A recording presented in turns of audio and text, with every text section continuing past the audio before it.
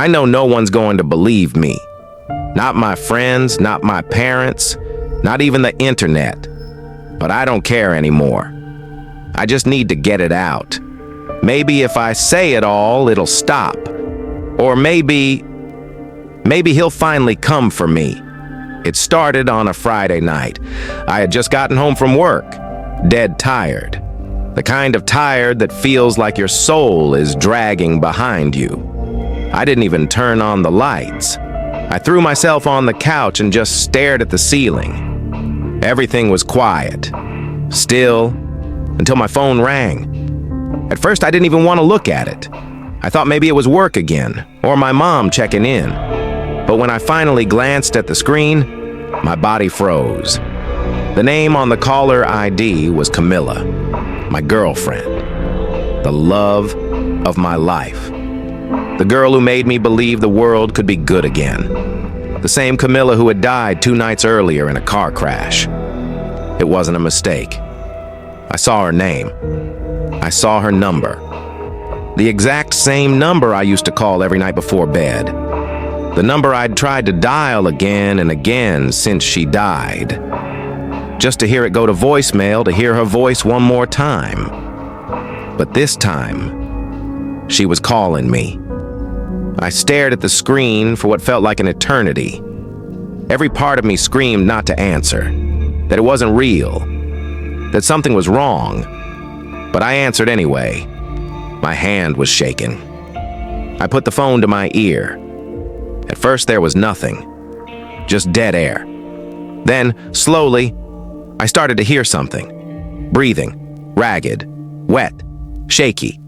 And then her voice, faint, fragile, like it was coming from deep underwater.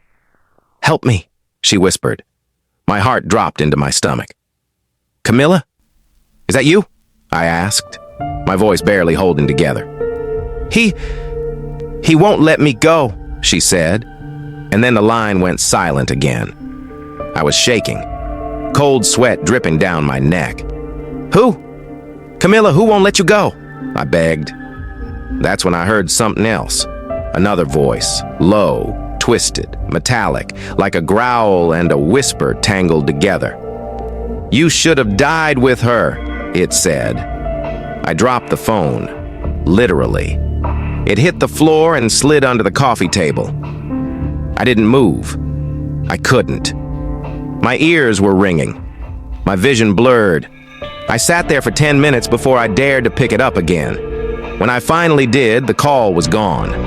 No record of it, no number, no voicemail, nothing. The next morning, I got a text from my phone provider. "You have been charged for an international call. Origin, plus 000. That code doesn't exist. I looked it up. No country uses that. No provider routes anything through it." I started thinking I was going insane, that maybe this was grief playing tricks on me. But that night, at exactly 3:12 a.m., my phone rang again. This time it didn't even show a number, just the word unknown. I didn't answer. I couldn't, but it left a voicemail. When I played it, all I heard was static at first. Then her voice again, crying, sobbing, saying she was cold, that she was in the dark, that he was watching her. And then a noise. Something that, wet. Like bones breaking, like meat being chewed. I deleted the message. I turned off my phone. I threw it in the kitchen drawer. But the next night it rang again, even turned off. The screen lit up, glowing from inside the drawer. I didn't even know phones could do that. I left the apartment, slept in my car. Still, 3:12 a.m. The radio came on by itself, static. Then her voice. "He's here." I started seeing things. Shadows in the hallway. Faces in the windows. I live on the 5th floor. It doesn't matter. He's everywhere. I tried smashing the phone, burning it, buying a new one, switching providers, changing numbers. Nothing worked. The messages kept coming. Always different. Always worse. Sometimes they were recordings of Camilla's laughter. Then her screaming. Sometimes they were just him breathing. Sometimes it was my own voice, begging for help. I went to her grave. I didn't know what else to do. I knelt there for hours, talking, apologizing, pleading. Then my phone buzzed again. A new message, one word. Soon. I started researching, going down internet rabbit holes, message boards, dark web forums, anything about phone hauntings, electronic possessions, cursed numbers. I found stories, people like me. They all ended the same, with silence.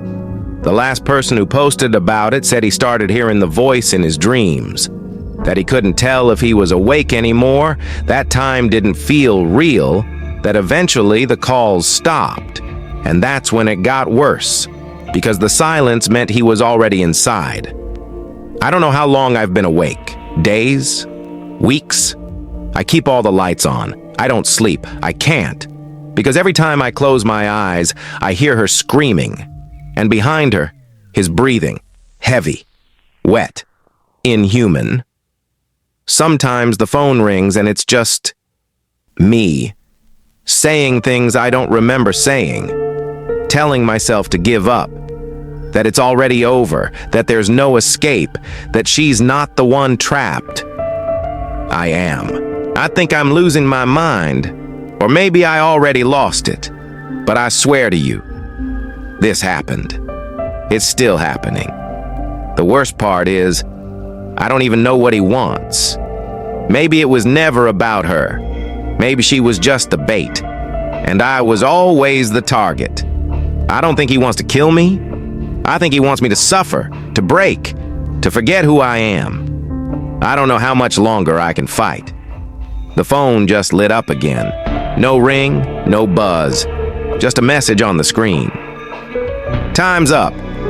If I disappear after this, if you never hear from me again, don't answer unknown calls. Don't listen to the voicemails.